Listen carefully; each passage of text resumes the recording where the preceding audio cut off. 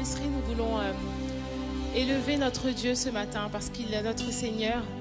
Et il nous dit dans sa parole, ne crains rien, car je suis avec toi. N'aie pas peur parce que je marche avec toi.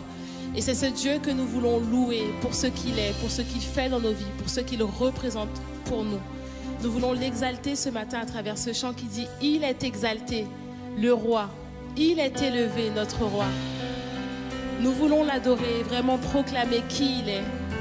Ne venons pas simplement dans sa présence pour demander des choses, mais venons ce matin avec un cœur d'adoration. Venons offrir à notre Dieu un parfum de louange, le parfum qui lui est dû. Alléluia. Il est exalté.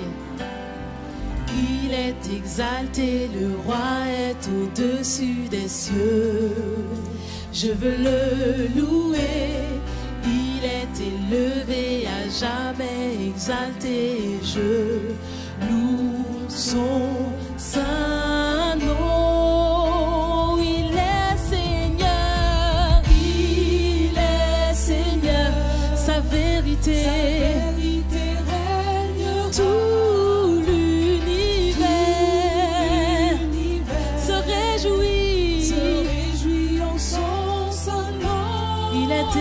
Il est exalté, le roi est au-dessus des cieux. Il est exalté, le roi est au-dessus des cieux. Je veux le louer, il est élevé, à jamais exalté, et je loue son saint nom.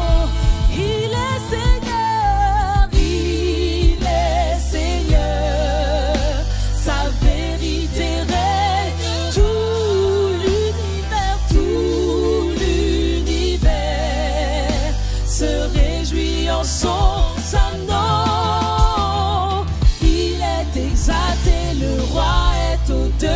Des cieux, il est exalté, il est exalté.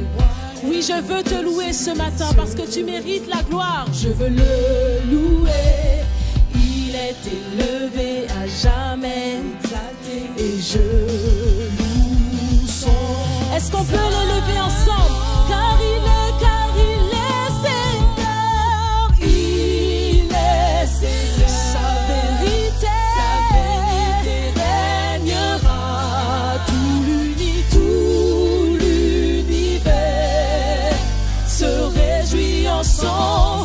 Il est Seigneur, il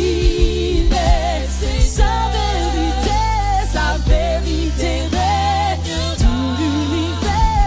Tout l'univers se réjouit. Il est Seigneur, il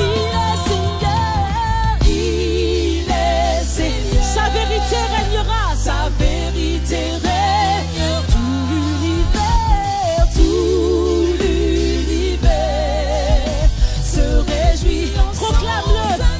Seigneur sur ma vie, il est Seigneur, sa vérité règne, tout l'univers se réjouit, tout l'univers se réjouit en son saint nom. Il est exalté, le roi est au-dessus des cieux. Venons l'adorer, venons l'adorer,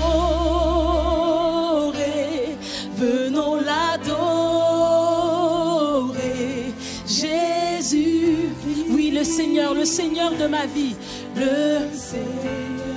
Venons contempler, venons à ses pieds ce matin, venons à ses pieds, Jésus-Christ, le Seigneur, les cieux déclarent de Dieu la gloire, et tout ici-bas, viendront louer, chanter ses merveilles. Les cieux et les mers célèbrent leur voix, et tout ici-bas proclamera le seul roi des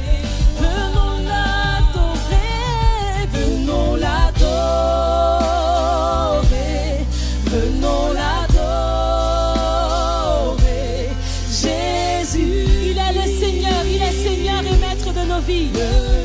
Venons contempler, venons contempler, venons à ses pieds. Jésus, le Seigneur, roi de l'infini, roi de l'infini, tu vas revenir, et bien que la terre repart, toi tu resteras, Seigneur, invariable, roi de l'infini, tu vas revenir nous chercher, Seigneur, tu vas revenir, et bien que la terre passera, tu subsisteras. Venons l'adorer, venons l'adorer, venons l'adorer. Jésus-Christ, Jésus-Christ, le Seigneur, venons contempler, venons contempler, venons à ses pieds. Jésus, le Seigneur, Alléluia, Alléluia. Je chante à mon roi ce matin parce qu'il est digne de louange. De louange, de louange. Alléluia, Alléluia. Tu es digne de recevoir l'honneur, la gloire, l'adoration, Seigneur. Tu es digne de Alléluia, Alléluia, Alléluia. Tu es digne de louange. Alléluia, Alléluia. Je t'adore, Alléluia. Je t'honore, tu es digne, Alléluia, Alléluia. Je chante à mon roi ce matin, hey. Alléluia. Tu es digne de louange. Tu es digne. Alléluia. Il est digne de louange. Tu es digne de louange. Venons l'adorer, venons l'adorer, venons l'adorer. Jésus-Christ, le Seigneur, venons contempler,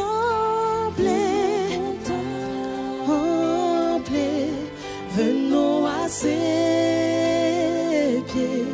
Jésus-Christ, le Seigneur, le Seigneur. Est-ce qu'on peut l'adorer ensemble? Alléluia, Alléluia. Élevons nos voix. Il est digne d'être adoré. Oui, je veux t'adorer ce matin pour ce que tu es. Alléluia. Quand je contemple ta majesté, alléluia, ma bouche ne peut rester indifférente. Mon cœur ne peut rester indifférent. Parce que tu es Seigneur et Maître. Tu es merveilleux, glorieux. Et quand ton Saint-Esprit est là, parce que ton Saint-Esprit est là, Seigneur, cela fait toute la différence. Alléluia. Ça fait du bien à l'automne de se croire aux Antilles, hein, c'est merveilleux, non? Ah, c'est bon, hein? C'est bon. Bon, content de vous retrouver. Bon, moi c'est Nico pour ceux qui ne me connaissent pas. Il y en a qui vont dire Pasteur Nicolas. Bon, ok, si vous voulez. On va attaquer une thématique dont le titre c'est comment expérimenter la fidélité de Dieu. Ok? Comment expérimenter la fidélité de Dieu, et l'objectif en fait c'est que à la fin de cette célébration on puisse le vivre. Ok? Hein?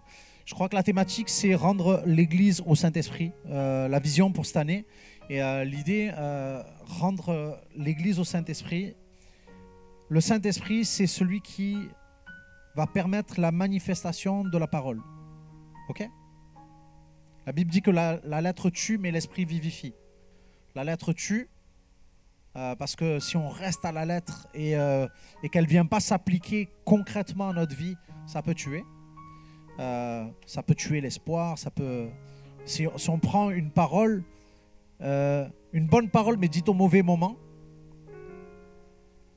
ça peut flinguer quelqu'un. Vous êtes d'accord avec ça ou pas? Il y a des moments pour dire les choses. Il y a des moments pour ne pas les dire. Il y a des moments où on peut entendre, il y a des moments où on n'est pas prêt à entendre certaines choses. Et quand on a des gens qui viennent nous dire les bonnes paroles au mauvais moment, par manque de sagesse, pas conduits par l'esprit, conduits juste par la chair et par ce qu'on voit, eh ben ça peut tuer. Et l'idée en fait, c'est de laisser le Saint-Esprit venir nous conduire dans ce qui va être bon pour nous au bon moment. Et on veut vivre ça, et je crois que le Saint-Esprit veut qu'on vive des choses. Comment expérimenter la fidélité de Dieu? En fait, le Saint-Esprit va rendre concret les choses qui sont peut-être abstraites, qui sont peut-être un peu mystiques, un peu spirituelles, spirituelles. Et ou peut-être il y a des gens, ils sont là, ils sont très concrets dans leur tête, très rationnels. Et le Saint-Esprit va venir bousculer un peu tout ça.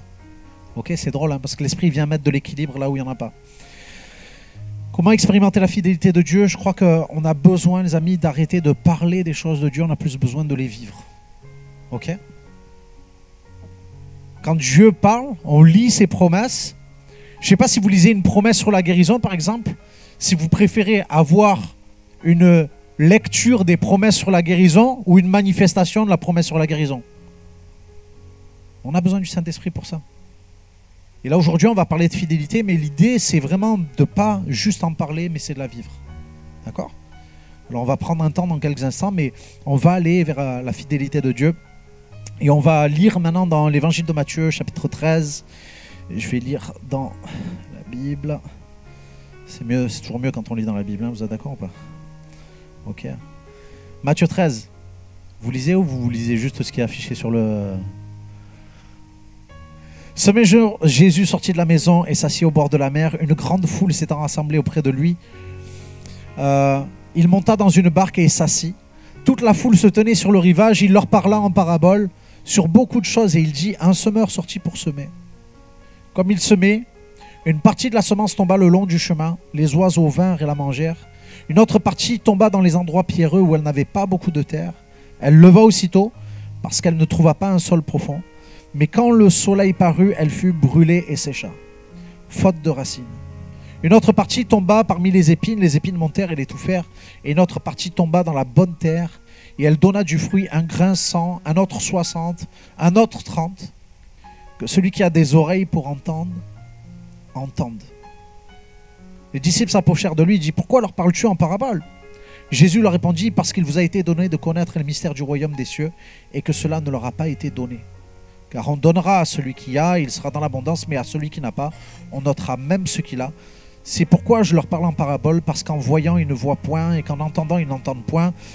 Et pour eux s'accomplit cette prophétie d'Ésaïe: vous entendrez de vos oreilles et vous ne comprendrez pas. Vous regarderez de vos yeux et vous ne verrez point. Car le cœur de ce peuple est devenu insensible, ils ont endurci leurs oreilles et ils ont fermé leurs yeux, de peur qu'ils ne voient de leurs yeux et qu'ils n'entendent de leurs oreilles, qu'ils ne comprennent de leur cœur, qu'ils ne se convertissent et que je ne les guérisse. J'arrête là cette longue lecture là pour l'instant. Vous connaissez la parabole? Il y en a qui ne connaissent pas la parabole du semeur, celle que je viens de lire là. La parabole du semeur, c'est une des paraboles clés pour comprendre comment est-ce qu'on peut vivre la fidélité de Dieu.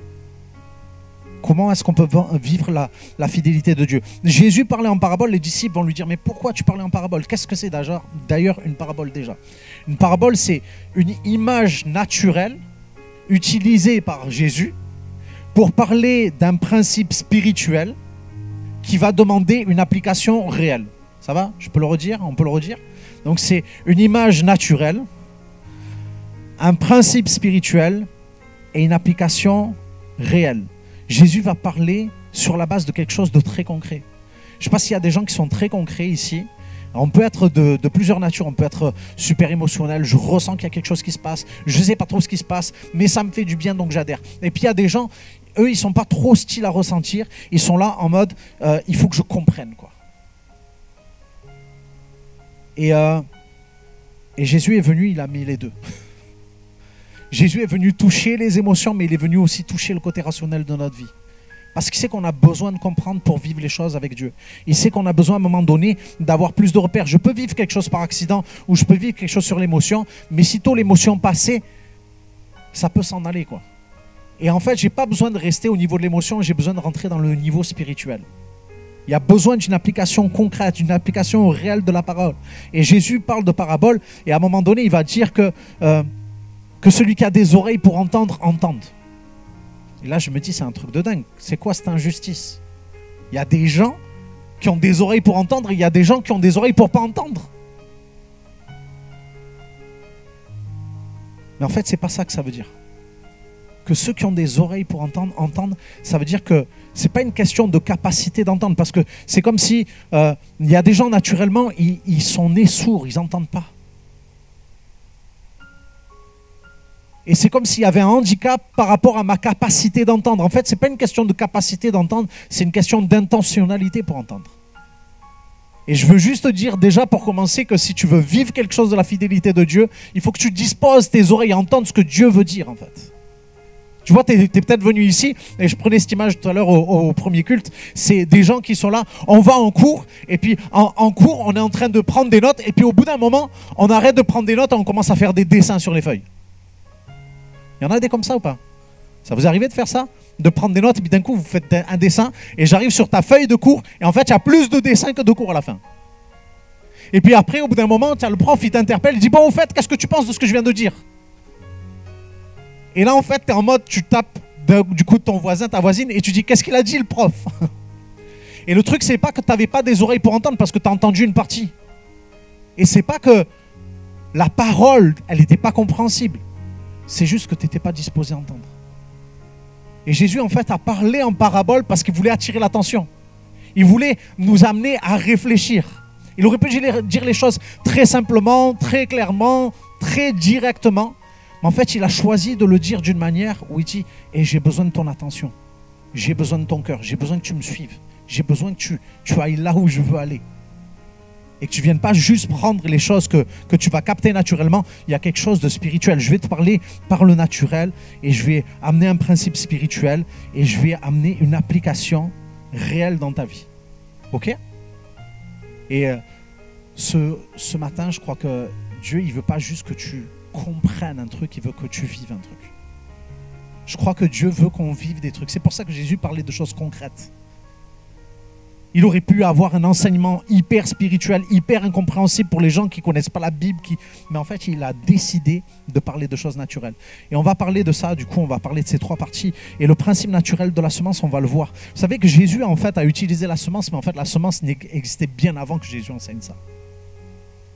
La semence existait bien avant que Jésus enseigne ça. La semence existait pas avant Jésus, parce que Jésus était avant toute chose. Mais dans Genèse 1, versets 11 à 13, on va lire ça. La terre produisit de la verdure, de l'herbe portant de la semence selon son espèce, et des arbres donnant du fruit ayant en eux la semence selon leur espèce. Dieu vit que cela était bon, ainsi il y eut un soir, il y eut un matin, ce fut le troisième jour. Puis Dieu dit que la terre produise de la verdure, de l'herbe portant de la semence, des arbres fruitiers donnant du fruit selon leur espèce, et ayant en eux leur semence sur la terre, et cela fut ainsi. Je ne sais pas si vous avez remarqué, dans le passage que je viens de lire, il est question de l'herbe qui porte sa semence. Il est question de l'arbre qui porte sa semence. Et en fait, dès le début de la création, Dieu a amené la semence au sujet du débat.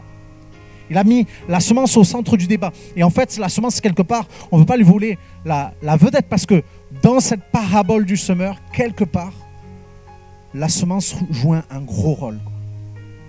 La semence joue un gros rôle. Et en fait, dans le début de la création, on voit que Dieu veut nous montrer son cœur au travers de ce qu'il fait. Au travers de la semence. L'herbe comme l'arbre portent en eux leur semence pour qu'ils se perpétuent, pour qu'ils se reproduisent, pour que le cycle de la vie continue. En fait, ce que Dieu est en train de montrer au niveau de la semence, il est en train de dire, il faut que tu comprennes un truc. La semence, est-ce qu'elle reste semence tout le temps ? Non, elle devient tantôt herbe, tantôt plante, tantôt arbre. Et là, La Bible dit que l'arbre, la plante, l'herbe portent la semence aussi dedans. C'est-à-dire que avec l'arbre, ça ne s'arrête pas, il y a la semence. Et puis la semence va devenir quoi? Herbe, plante, arbre. J'ai envie de vous poser la question, c'est quoi qui est venu en premier? C'est l'herbe ou la semence? La semence, vous êtes sûr? C'est bizarre, hein? C'est bizarre. Dieu dit que la terre produise de la verdure, puis l'herbe portant de la semence, et des arbres fruitiers portant en eux leur semence. Moi, il me semble que Dieu, il demande que ce soit l'arbre en premier. C'est bizarre, hein? Parce que nous, on voit un processus de croissance, on voit la semence qui arrive comme ça, et on voit la semence qui va grandir, qui va mourir en terre, et Dieu dit non, que l'arbre soit. C'est quoi qui arrive en premier? La poule, l'œuf? C'est quoi? Je ne me rappelle plus. Est-ce que Dieu a besoin d'un processus pour amener quelque chose à la réalité? Non! Et en fait, quand Jésus parle de la semence, il est en train de vouloir nous ramener à ce principe où Dieu est capable de créer n'importe quoi dans ta vie, mon ami. Dieu est capable d'amener la vie dans ta vie. Et pas simplement une vie de quelque chose qui va arriver un jour comme ça, qui va sortir, qui va arriver comme un champignon, un arbre qui arrive comme un champignon, tu vois. Il va amener quelque chose qui porte en cette chose-là, porte en elle-même la semence pour que la vie continue, pour que la vie se perpétue, pour que la vie qui a commencé, elle ne s'arrête pas, pour que la fidélité de Dieu qui a commencé, elle ne s'arrête pas. Et Jésus, quand il parle de cette semence, il est en train de dire hey, je veux que tu réalises un truc, c'est que cette semence, elle est une image de la fidélité de Dieu. Il y a comme un cycle de vie dans la fidélité de Dieu. Cette fidélité qui a commencé, elle ne s'arrêtera jamais. La Bible dit que Jésus-Christ est le même hier, aujourd'hui, éternellement. Et Dieu met en fait dans ce qu'il crée de sa nature. Dieu met dans ce qu'il crée de sa nature. Et il a, au travers de cette semence, j'ai marqué ici, l'herbe comme l'arbre portent en eux leur semence pour qu'ils se perpétuent, qu'ils se reproduisent, pour que ce cycle de la vie continue. Ce qui est trop drôle, vous savez quoi? C'est au travers de ça, Dieu montre un autre principe naturel. Quel jour a été créé l'homme? Dans la création. Allez, on fait un interro. Je ne regarde pas ceux qui sont au fond de la classe, ils sont en train de dessiner sur la feuille, tout ça. Mais en fait, le 6e jour. À quel moment a été créée la semence? 3e jour. Waouh. Ce qui veut dire que si je regarde bien, la semence a été créée avant l'homme. Et pourquoi elle a été créée, la semence? Pour l'homme. Elle a été créée avant l'homme, pour l'homme. Ce qui veut dire qu'en fait, la fidélité de Dieu ne dépend pas de toi. Elle était là pour toi, par contre. Et elle est là encore pour toi aujourd'hui. La fidélité de Dieu, elle est là pour toi. Dieu a créé la semence, l'herbe, un arbre qui porte du fruit. Est-ce que tu as déjà vu des arbres manger leurs fruits, toi? Moi non plus. Est-ce que tu as déjà mangé du fruit des arbres? Voilà, je prends souvent ma femme comme exemple. Elle n'est pas là, mais ma femme, elle aime les mangues. Et quand on est en Martinique, je peux vous dire, les amis, qu'elle a un détecteur de mangue, de manguier. Elle scanne. Et puis d'un coup, on est en train de marcher et elle rêve d'un truc. Tu sais quoi? C'est les branches des arbres qui dépassent des propriétés. C'est pas bon ça, hein? parce que ça veut dire qu'il y a quelque chose de naturel que tu n'as pas créé, que tu n'as pas voulu. Même le propriétaire, il n'a pas voulu ça. Mais en fait, Dieu a permis que ça arrive sur ta route pour que tu en aies. Waouh, je me dis, Seigneur, c'est trop bon, quoi. C'est trop bon. Tu as permis une semence. Tu as permis que la semence existe pour nous. Tu as permis qu'elle porte du fruit pour nous. Écoute ça. En fait, la semence, il y a un moment donné, Dieu va montrer un truc. Tu sais que Dieu a créé la semence. Après, il a créé l'homme. Et après, l'homme a commencé à faire n'importe quoi. Vous savez qu'il y a eu un déluge après ça. Et tout ce que Dieu a créé, ça a été sous l'eau. Sauf une famille qui avait trouvé grâce. Parce que si Dieu est bon, les amis, Dieu est juge aussi. Mais si Dieu est juge, il est grâce aussi. Et quand je vois l'histoire du déluge, on voit que ce déluge, il va frapper, un jugement qui va frapper la terre, parce que Dieu avait regardé l'homme. Il avait vu que l'homme, chaque jour, son cœur se portait toujours plus vers le mal. On dirait qu'on parle d'aujourd'hui, hein, quand même. Mais vous savez ce que Dieu va faire à partir d'après le déluge? On va lire dans Genèse 8, verset 22. Il dit, tant que la terre subsistera, les semailles et la moisson, le froid et la chaleur, l'été et l'hiver, le jour et la nuit ne cesseront pas. Dieu dit, je me suis repenti d'avoir créé l'homme, mais la semence, je vais la laisser. Je vais la laisser. Il y a eu un jugement sur la terre, il y a eu une grâce qui a été faite à une famille. Et à tous les descendants de cette famille, mes amis, je vais redonner de la semence. Je vais redonner de la semence. Je ne permettrai pas que la semence manque. Et je disais, si la semence, elle est née avant l'homme, pour l'homme, je peux te dire que la semence continue d'exister malgré l'homme, pour l'homme. Malgré l'homme, pour l'homme. Tu sais quoi ce que ça nous montre? Ça montre que la fidélité de Dieu, elle continue même quand toi tu es infidèle, même quand moi je suis infidèle. Et si tu veux expérimenter la fidélité de Dieu, tu ne peux pas te placer sous le truc de je mérite la fidélité de Dieu. Je vais pouvoir expérimenter la fidélité de Dieu parce que j'étais assez bon cette semaine. Dieu est en train de te dire, tu sais quoi? Quand bien même tu es infidèle, je demeure fidèle parce que je ne peux pas me renier. Et la semence, elle nous dit ça, elle nous dit en fait que Dieu reste fidèle. Dieu reste fidèle. Parce qu'il a décidé qu'il y avait quelque chose qui était impossible pour lui. C'est de ne pas l'être. La Bible a dit que rien n'est impossible à Dieu. Et moi je vais te dire, rien n'est impossible à Dieu, sauf les choses qu'il avait décidé de ne pas faire. Et il a décidé de ne pas être infidèle, les amis. Il a décidé de maintenir sa fidélité. Il a décidé de te dire, avec cette petite graine, mon fils, ma fille, je demeure fidèle pour toi. Et aujourd'hui, je voudrais parler à tous les infidèles. Tous ceux qui se sentent loin de Dieu, tous ceux qui ne sentent pas la hauteur de mériter quelque chose de la part de Dieu. Cette semence, elle te dit, tu n'as pas mérité et Jésus a payé pour que tu l'aies. Jésus a payé pour que tu l'aies.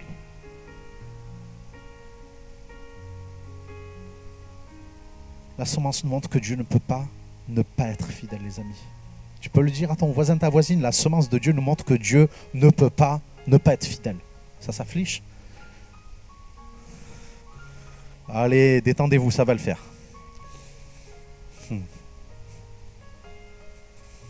Et pour conclure cette partie, en fait, en termes de fidélité, la fidélité est une image naturelle de la fidélité de Dieu. La semence est une image naturelle de la fidélité de Dieu depuis le début de la création, les amis. Et comme il a dit, tant que la terre existera, la semence sera là. Tant que la terre existera, la semence sera là. Qu'est-ce qui va se passer sur la terre? Ça va être la débâcle, les amis. Ça va fêter Halloween à tout va, ça va faire des cérémonies des Jeux Olympiques, on ne sait pas tout ça sort, ça va faire des Hellfest et tout le reste. Il dit, mais ma semence, elle sera quand même là. Ma semence sera quand même là. Et on a vu le principe naturel, en fait. Naturellement, en fait, les amis, je ne sais pas si vous regardez un petit peu. Quand Jésus parle, il parle de l'inquiétude. Tu sais, il est en train de dire, qui de vous, par ses inquiétudes, peut rajouter une coudée à la durée de sa vie? Qui de vous, par ses inquiétudes, peut rajouter une coudée à la durée de sa vie? Il dit personne. Il dit alors ne vous inquiétez pas, faites pas comme les païens qui se demandent qu'est-ce qu'ils vont manger, de quoi ils seront vêtus, où est-ce qu'ils vont loger, tout ça. Il dit regardez les fleurs. Regardez les semences qui ont poussé. Il dit cette fleur-là, les lys des champs. Il dit même Salomon, dans toute sa grandeur, il n'a jamais été vêtu comme un de ces lys. Et c'est comme si Dieu il disait hey, regarde ce que je suis capable de faire avec de l'herbe. Regarde ce que je suis capable de faire avec des oiseaux. Et tu comprendras ma fidélité. Les oiseaux ni sèment ni moissonnent, mais pourtant votre Père les nourrit. Ces fleurs-là, elles vont être jetées au feu, mais pourtant Dieu les vêtit d'une manière excellente. Je crois que tous les Congolais ils sont d'accord là, Sapologie et tout le reste là. Mais moi je ne suis pas un Congolais, ça se voit. Mais on va parler du principe spirituel de la semence quand même. Parce que ça c'est naturel, on peut le voir. Et en fait on peut vouloir rester sur le naturel, vouloir juste, ok Seigneur, tu nourris les oiseaux, nourris-moi. Seigneur, tu m'as montré naturellement que la semence, il y a un principe de ta bonté, il y a un principe de ta fidélité, il y a un principe de ton action, il y a même un principe d'action miraculeuse parce qu'on ne sait pas si c'est l'arbre ou la semence qui arrive en premier. On ne sait même pas, tu vois, il n'y a même pas besoin de gros processus parce que ça peut arriver comme ça. Alors peut-être on voudrait que ça arrive comme ça. Mais Jésus va continuer. Et il va parler de la semence comme une graine, mais pas que. Côté ça, en effet, les perfections invisibles de Dieu, sa puissance éternelle et sa divinité se voient comme à l'œil nu depuis la création du monde quand on les considère dans ses ouvrages. En fait, ce que Dieu veut que tu vois, ce n'est pas juste le naturel, il veut que tu vois le spirituel. Dans la graine, il veut que tu vois la puissance. sa puissance à lui. Il veut que tu vois sa divinité. Parce que des fois, on voudrait la bénédiction de Dieu sans avoir la divinité de Dieu dans notre vie. Et Dieu te dit, tu veux expérimenter ma fidélité, mon ami? Ben, mets-toi sous ma divinité. Tu peux expérimenter une part de ma fidélité, mais tu peux expérimenter toute la fidélité de Dieu, mon ami, quand tu laisses Dieu être Dieu dans ta vie. Et ça, c'est ce que Jésus disait. C'est ce que cet épître de Paul dit. En effet, les perfections invisibles de Dieu, la puissance éternelle de sa divinité se voit comme à l'œil nu depuis la création du monde. Écoutez ce que va dire Jean. Au commencement était la parole, et la parole était avec Dieu. Et la parole était Dieu, elle était au commencement avec Dieu. Toutes choses ont été faites par elle, et rien de ce qui a été fait n'a été fait sans elle. En elle était la vie, et la vie était la lumière des hommes. La lumière, lui, dans les ténèbres, et les ténèbres ne l'ont point reçue. En fait, ce qu'on voit ici, la parole, toute chose a été créée par elle. Est-ce que la semence a été créée par la parole? Ok. Est-ce que l'arbre, du coup, ça a été créé par la parole? Comment est-ce que tu veux voir la fidélité de Dieu si tu ne laisses pas la parole venir? Tu pourras voir la fidélité, mais la fidélité de Dieu, c'est autre chose. Et Jésus est en train de dire, cette semence-là, c'est juste une image naturelle d'un principe spirituel. C'est que par sa parole, Dieu crée. Par sa parole, Dieu crée. Et il dit, j'ai été fidèle au jour de la création, jour 1, 2, 3, 4, 5, 6. J'ai créé chaque jour. J'ai montré ma fidélité au fil des jours. Mais en fait, pas juste au fil des jours, parce que même après le déluge, même après le jugement, Dieu montre sa fidélité dans sa grâce. Et il la montre encore chaque jour dans sa grâce. Voici ce que je veux repasser sur mon cœur. C'est que les bontés de l'Éternel ne sont pas épuisées. Chaque jour, elles se renouvellent. Chaque jour, elle se renouvelle. Et Dieu est en train de dire, chaque jour, il y a une semence. Chaque jour, tu as une parole d'encouragement. Chaque jour, il y a une parole qui peut venir dans ton cœur pour ranimer l'espérance. Et tout à l'heure, je parlais, je ne sais pas si je dois faire cette parenthèse, mais je veux le dire quand même. Parce que des fois, pour tous ceux qui sont rationnels, on vient ici et on a une parole qui nous... Ouf, ça nous soulage. Ça nous soulage. Et je comparais ça, et peut-être on va prier pour ça tout à l'heure. Parce qu'il y a des moments où on est, je ne sais pas si ça arrive à quelques-uns, d'avoir des symptômes d'une maladie que vous ne connaissez pas. C'est-à-dire vous n'êtes pas bien, vous avez votre comment on appelle ça, santé qui décline. Et puis en fait, vous avez faire un examen, 2 examens, 3 examens, 4 examens. Il n'y a rien qui change, mais en fait, la maladie est toujours là, quoi. Tu vois, jusqu'au jour où le 5e examen, tu rencontres le docteur qui te dit « Ah, on a trouvé, le nom de la maladie, c'est ça ». Et là, en fait, tu es rassuré. Tu es rassuré parce que tu as le nom de la maladie, en fait. Mais ce que je veux te dire, c'est que ce n'est pas rationnel ce qu'on a besoin d'avoir dans nos vies, c'est spirituel. Et ce n'est pas juste matériel, c'est spirituel. On a besoin d'avoir la paix de Dieu qui surpasse toute intelligence, qui vient s'inscrire dans nos cœurs. Et cette parole, la semence de Dieu, elle vient et elle veut trouver un cœur pour le faire. Il dit, la parole a été faite chair, elle a habité parmi nous, pleine de grâce et de vérité. Nous avons contemplé sa gloire, une gloire comme la gloire du Fils unique venu du Père.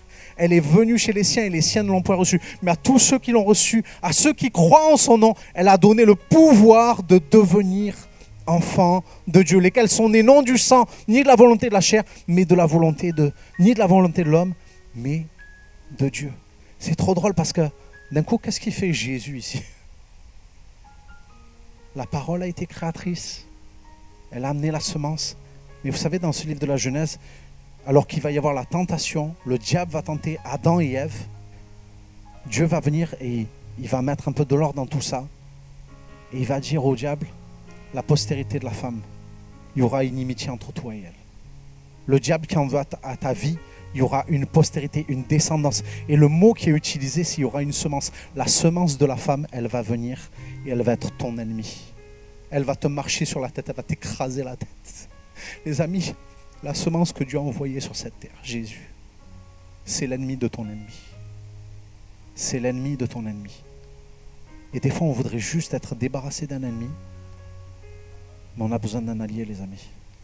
On a besoin de Jésus dans notre vie. Tu as besoin de Jésus dans ta vie. Tu n'as pas juste besoin que Dieu montre la fidélité à ses promesses. Tu as besoin de vivre la fidélité de Dieu avec Jésus. Tu n'as pas juste besoin d'une guérison. Tu n'as pas juste besoin que ça change. Tu n'as pas juste besoin d'une provision. Tu as besoin de Jésus. Tu n'as pas juste besoin d'une semence qui va produire une fleur, qui va produire un arbre fruitier, un manguier, tout ce que tu veux. Tu as besoin de Jésus qui va produire la vie en toi. Je vous ai dit qu'il y a la nature de Dieu dans ce que Dieu crée. Et je crois que dans la parole que Dieu nous transmet aujourd'hui, il y a sa nature, il y a sa vie. À tous ceux qui l'ont reçu, elle a donné le pouvoir de devenir enfant de Dieu. Tu ne peux pas par toi-même. Tu as besoin de la semence de Dieu en toi. Tu as besoin de la graine de Dieu en toi. Et en fait, si on voit la graine pousser quelque part, Dieu dit, mais en fait, dans la parabole, je n'ai pas dit que la graine allait pousser quelque part. J'ai dit qu'elle devait pousser quelque part en toi. En toi. Quand vous regardez la parabole, Jésus va l'expliquer à ses disciples. Et il va leur dire que cette graine, elle est faite pour pousser dans un cœur. Je vais aller dans le troisième point parce que je voudrais vraiment qu'on prenne un temps avec Dieu. Parce que tout ça, les amis, si on arrête là, c'est très théorique. Je vous ai parlé quand même de naturel. Je vous ai quand même parlé de spirituel. J'ai dit que des vérités. J'ai cité la parole de Dieu avec abondance. Mais ça ne dit pas comment est-ce qu'on va la vivre. Ça ne dit pas comment est-ce qu'on va la vivre. On peut rester avec des grands mots. Il faut que tu aies la foi. Il faut que tu reçoives la parole de Dieu en toi. Il faut que tu l'acceptes dans ton cœur. Tout ça, c'est vrai. Tout ça, c'est vrai. Mais alors que j'étais en train de réfléchir à cette parabole, il y a quelque temps, il y a un moment maintenant, j'étais en train de lire. Et en fait, c'est comme si le Saint-Esprit me dit un truc. Il me dit, Nicolas, tu as remarqué une chose, c'est que la semence pousse dans tous les terrains. La semence pousse dans tous les terrains. C'est ce que Dieu voulait me dire. Il me dit, quel que soit l'état de ton cœur, si tu commences à croire dans cette parole, elle va faire quelque chose. Elle va agir, quel que soit l'état de ton cœur. Et il dit les différents états, et on va prendre le temps, tout à l'heure, on va prendre le temps dans la présence de Dieu pour prier Dieu. Et parce que je crois que c'est comme ça que ça va arriver. Et en fait, il me disait, elle pousse dans tous les terrains. Et en fait, j'étais en train de réfléchir, je dis, mais en fait, elle ne pousse pas dans tous les terrains parce que sur le chemin, elle ne pousse pas. Sur le chemin, elle ne pousse pas. Et en fait, le Saint-Esprit me dit, mais c'est normal. Parce que le chemin n'est pas un terrain. Le chemin n'est pas un terrain. Le chemin, c'est un endroit où on est de passage, un endroit où on ne s'arrête pas, un endroit où on fait que être là et on regarde. C'est un peu, on est en mode un peu spectateur, quoi, tu vois. Je suis sur le chemin et je regarde le champ, je regarde les choses qui se passent dans les champs, tu vois. Je peux même juger les gens, les petites pousses, elles ont poussé, mais après elles ont été brûlées par le soleil. Je peux même juger les gens, regarde, il y a des ronces dans son truc là, il y a la tentation, il y a tout ça. Et en fait, le truc, mais c'est que moi je suis sur le chemin. Et sur le chemin, les amis, ça ne pousse pas. Sur le chemin, la graine reste en surface et elle y reste même pas longtemps. Parce que Jésus va dire que sur le chemin, les oiseaux, ils viennent et ils enlèvent les graines. Et quand il va dire qui c'est les oiseaux, il va dire le malin vient et il enlève ce qui a été jeté dessus. Et je me dis, c'est un truc de dingue parce que si le chemin, c'est pas un terrain, le chemin, c'est quand même un cœur. C'est un cœur dans lequel la parole, la semence ne pénètre pas. Et ça ne pénètre pas, tu sais pourquoi? Parce que tu es que de passage. Parce que tu ne t'arrêtes pas. Alors que n'importe quel terrain à côté, la semence va commencer à rentrer dans le cœur. Tu sais pourquoi? Parce que le terrain, ce n'est pas un endroit où tu es de passage, c'est un endroit où tu t'installes. Et je voudrais dire, les amis, si on veut vivre toute la fidélité de Dieu, on a intérêt à s'installer dans la présence de Dieu. On a intérêt à s'installer dans la présence de Dieu. Et quand je dis on a intérêt, ce n'est pas une menace, les amis. On a tout intérêt à le faire, quoi. Il y a tout un intérêt à demeurer dans la présence de Dieu. Jésus a dit, allez, faites de toutes les nations des disciples. Allez sur les chemins, ok? Il dit, mais avant ça, attendez à Jérusalem. Attendez à Jérusalem, restez dans la présence et vous allez recevoir une puissance, vous allez recevoir une semence, vous allez recevoir le Saint-Esprit, vous allez recevoir les promesses de Dieu, vous allez recevoir cette hardiesse qui fait que quand vous allez parler, ça va être autre chose. Vous savez quoi? Jésus va dire ça. Il va dire, demeurez en moi et je demeurerai en vous. Comme le sarment ne peut de lui-même porter du fruit s'il ne demeure rattaché au cep, ainsi vous ne pouvez pas non plus si vous ne demeurez en moi. Je suis le cep, vous êtes les sarments. Celui qui demeure en moi et en qui je demeure porte beaucoup de fruits. Car sans moi, vous ne pouvez rien faire. C'est quoi la fidélité de Dieu s'exprime par le fruit?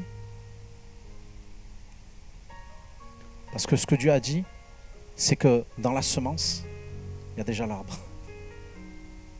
Dans la semence, il y a déjà l'herbe. Dans la semence, il y a déjà la plante. Et lui s'est engagé que la semence qui meurt en terre, elle va produire du fruit. Il dit, cette semence qui tombe dans le bon terrain va apporter un grain 100, l'autre 60, l'autre 30. Quel que soit le nombre de fruits, ou quelle que soit la quantité, quelle que soit la dimension du fruit que tu vas apporter du fruit. Quand tu t'arrêtes dans sa présence. Et là, je reviens juste et je vais terminer avec cette idée. Vous savez quoi? Jésus était là et il est en train de parler à la foule. Il y avait beaucoup de monde. Tellement de monde qu'il était obligé de se mettre sur un bateau pour leur parler. Et il va dire ça. Et la foule va partir. Et il y a les disciples, ils vont rester. Et les disciples vont dire, Seigneur Jésus, on n'a rien capté à ce que tu as dit. Franchement, tu as dit un truc, j'ai rien compris. Peut-être toi, c'est avec moi, tu es en train de dire, qu'est-ce qu'il raconte ce mec là? Je ne comprends rien. Ben, Jésus est toujours là. Et tu peux lui demander à lui. Jésus est toujours là et tu peux lui demander à lui. Tu peux lui demander des explications. Jésus a dit, le bon terrain, c'est celui qui entend la parole et qui comprend. Comment est-ce que je peux comprendre si Jésus ne m'explique pas? Comment est-ce que je peux comprendre si l'Esprit de Dieu ne va pas plus loin que la lettre pour me dire comment ça va s'appliquer dans ma vie? Comment est-ce que je peux comprendre si je ne reste pas un temps avec lui? C'est quoi, la foule, elle était là sur le chemin et les disciples sont devenus le terrain. Je ne sais pas si c'était comme moi, mais moi j'ai envie d'être le terrain. J'ai pas envie de venir, d'être de passage un dimanche au deuxième culte. J'ai envie de m'installer dans la présence de Dieu. Et j'ai envie de parler à Jésus. Et j'ai envie qu'il demeure en moi. Et j'ai envie que ce qu'il a dit, ça demeure en moi. Et j'ai envie de demeurer en lui. J'ai envie de rester en lui. Parce que j'ai pas envie d'une vie qui ne va pas porter de fruits, les gars. Je veux une vie qui va porter du fruit à sa gloire. Je veux être attaché à lui comme lui, il est attaché à moi. Je veux recevoir la vie qui fait couler en moi. Et ça, les amis, il n'y a que dans sa présence que ça se passe. Il n'y a que dans des moments où on le prend. Il n'y a que des moments où on prend le temps dans sa présence. Et bien, on le fait. Est-ce que vous voudriez juste qu'on ferme nos yeux et qu'on prenne du temps dans sa présence? Je voudrais juste vous dire que Jésus s'est installé avec ses disciples. Il leur a expliqué qu'est-ce que c'était les différents terrains. Et il va leur dire que le chemin, c'est l'endroit où, en fait, où il entend la parole, il ne la comprend pas et puis c'est terminé, quoi. Peut-être ce matin tu as entendu des trucs, tu ne les comprends pas, mais j'ai envie de te dire, mais sors du chemin et viens sur le terrain.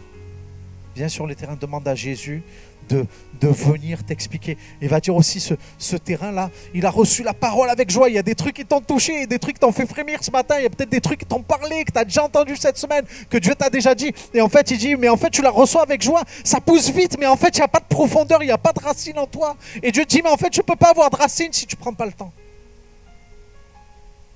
Parce que les racines, ça prend du temps. Ça prend du temps pour voir les choses qui sont au fond du cœur et que Dieu est en train de te dire, mais il y a des trucs au fond de ton cœur qui empêchent que cette semence s'installe. Et l'autre terrain, c'est les soucis et les séductions. Les amis, je ne vais pas m'installer là-dedans parce que tu as déjà trop de soucis et tu as trop de séductions dans ta vie. Mais la solution, c'est la même. Seigneur, viens travailler mon cœur. Viens travailler mon cœur. Est-ce qu'on ne pourrait pas juste faire cette prière? Seigneur, viens travailler mon cœur. Tu peux élever ta voix. Je ne sais pas ce que tu as besoin de demander. En tout cas, ce que je sais, c'est que si tu veux prendre le temps avec Dieu ce matin, Jésus est là.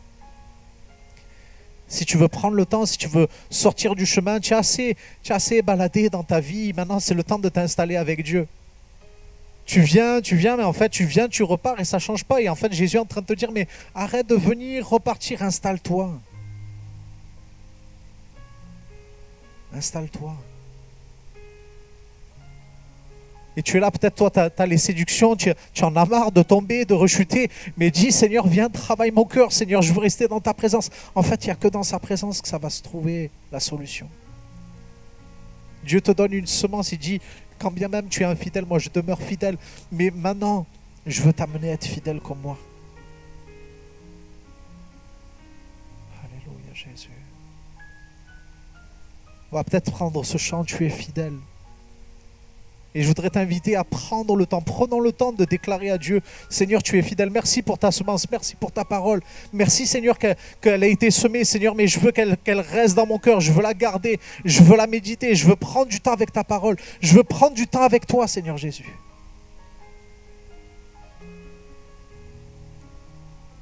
Les amis, ce n'est pas moi qui dois meubler l'espace. Si tu veux t'approcher de Dieu, prends le temps, élève ta voix. Élève ta voix. Alléluia.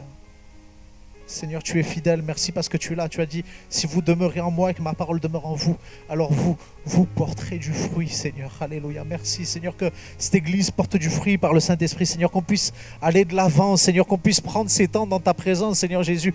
Seigneur, on n'a pas besoin d'attendre une réunion de prière, Seigneur, pour te prier. On n'a pas besoin, Seigneur, Seigneur, d'attendre le temps. On a besoin de prendre le temps, Jésus. Saint-Esprit, je te demande de toucher les cœurs. De toucher nos cœurs, Seigneur, que nos cœurs s'ouvrent à toi. Alléluia. Alléluia, Jésus. Alléluia, que tu puisses élever la voix plus fort. Élève ta voix, prends le temps avec Jésus. Jésus a pris le temps aujourd'hui. Il est venu te voir, il a pris le temps pour venir te parler. Il est en train de te dire, est-ce que tu veux prendre le temps de me parler? Est-ce que tu veux prendre le temps de demander à ma parole de faire son œuvre? Est-ce que tu veux prendre le temps de demander à cette parole de venir te libérer? La Bible dit, vous connaîtrez la vérité et la vérité vous rendra libre. Tu as besoin d'être libre aujourd'hui. On a parlé aussi de guérison. Il envoie sa parole et il les guérit. Maintenant, est-ce que cette parole de guérison vient dans ton cœur? Je voudrais prier pour tous ceux qui sont malades. Si tu veux te lever à ta place, je veux prier pour toi. Je prends le temps de prier pour toi. Si tu as des douleurs dans ton corps, si tu as peut-être, si tu es comme ce que j'ai décrit avec des symptômes, tu n'as pas encore de nom de maladie, tu es dans l'inquiétude, laisse pas juste cette parole apaiser tes pensées, laisse cette parole venir guérir ton corps dans le nom de Jésus. Alléluia, on pourrait lever nos voix, au moins pour ceux qui sont malades dans le nom puissant de Jésus, Seigneur. Je te remercie, Seigneur, tu as dit, tu envoies ta parole, tu envoies ta semence. Seigneur, et ta semence, Seigneur, amène la guérison dans le nom puissant de Jésus. Seigneur, on ne peut pas juste, Seigneur, savoir que tu es là, Seigneur, et pas te laisser agir.